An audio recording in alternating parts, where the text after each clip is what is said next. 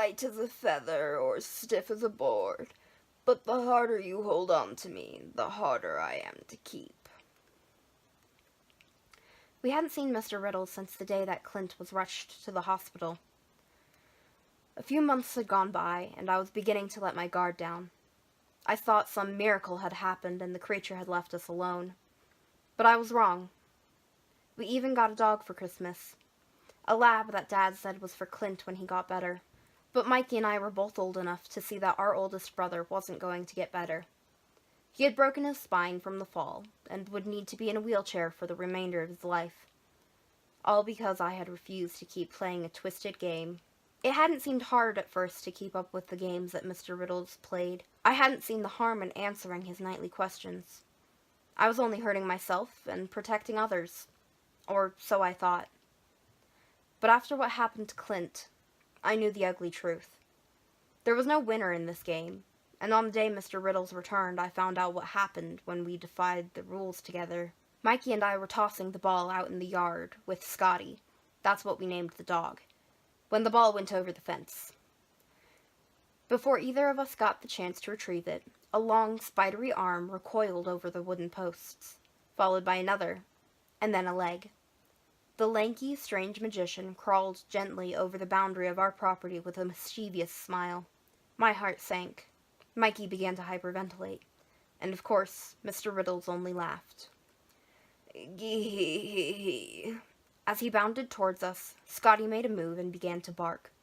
Suddenly, Mr. Riddles froze. His eyes were filled with fury, and then I realized that he didn't like the dog. Not only that, but Scotty could see him. Dad had never mentioned anything about that. "You should go," I said boldly. I'd had a birthday about a month before this and was feeling like I was one of the big kids. Mr. Riddles hesitated. Then somehow he was behind us on the porch, ignoring the dog altogether. "You've been away from my games for too long, and I was growing bored. Now it looks like you've gone and replaced me." His voice was a little less hoarse than before, but still just as wicked as the day we had met him. Scotty came up behind Mikey, barking wildly as Mr. Riddles flared at the two of us. "I gave you a break and this is how you repay me. But since your brother can't play anymore, that means we'll have to start a different game." "Why can't you leave us alone?" Mikey said angrily.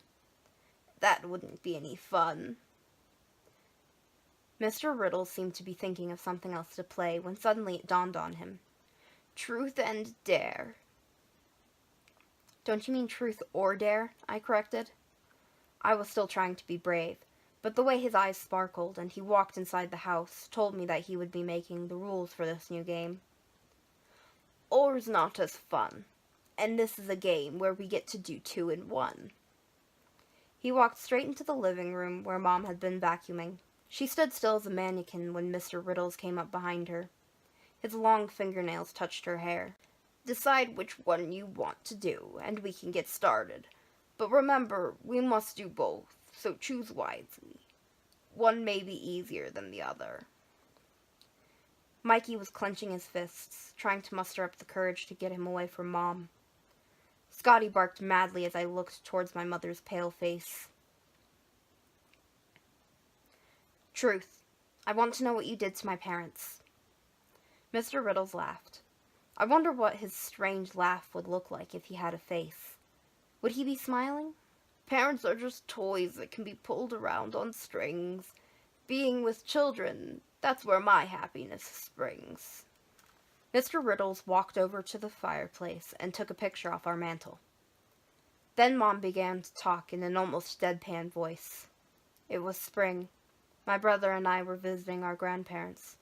They told us we had to be good, 'cause if we weren't, Mr. Riddles would find us. It was a long, boring trip and we didn't believe them, so we got into all kinds of trouble. We did all kinds of things.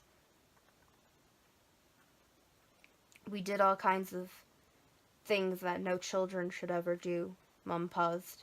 She was nearly crying. "The truth hurts. That's why everyone lies. So I come to play. That's why everyone dies." That's not the whole story, I said angrily. The rules say it's my turn now. Mr. Riddles was up on the ceiling again, sliding right over Scotty. A dare can give you quite a scare, especially when you have to do something that isn't fair. You asked something that couldn't be answered, so now you must do something that can't be done. The mud. It needs to go. Kill it now, or the truth is something you'll never know. I looked toward our dog, a sickening feeling in my stomach. Mikey was already starting to wrap his hands around Scotty's throat. No, we can't do that, I screamed. I grabbed a hold of my brother and shoved him away from our dog. He fell against the counter and angrily started punching at my face. Let me go, we have to play, Mikey screamed. Clint was coming down from his room using the wheelchair ramp. He saw Mr. Riddles on the ceiling and froze. Please, this has to stop, Clint said. Mr. Riddles was laughing as me and Mikey fought. Scotty was barking. Clint moved towards the kitchen and found a long, sharp knife before going toward the dog. No, you can't, please, not our dog, I screamed. Mr. Riddles crawled down off the walls and slithered near our mother again. Think twice before you choose. You may find the game is over, and then you lose. Clint looked toward Scotty and then toward the knife.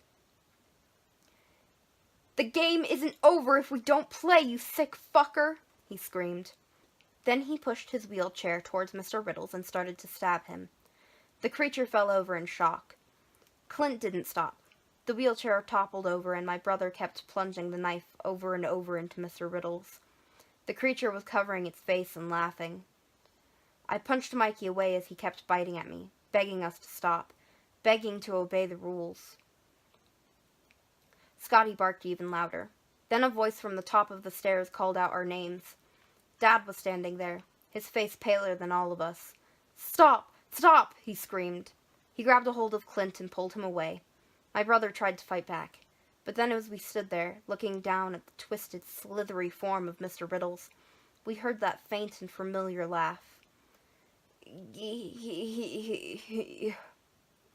Suddenly, Mr. Riddles was standing up, and our mother was on the floor, her body covered in blood. She was barely clinging to life. Clint dropped the knife. It clattered to the floor.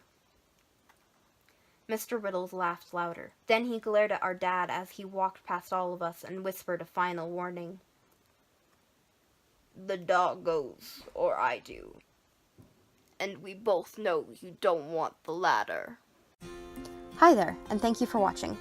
Feel free to comment down below what you thought of the story, or if there's another story you want to hear.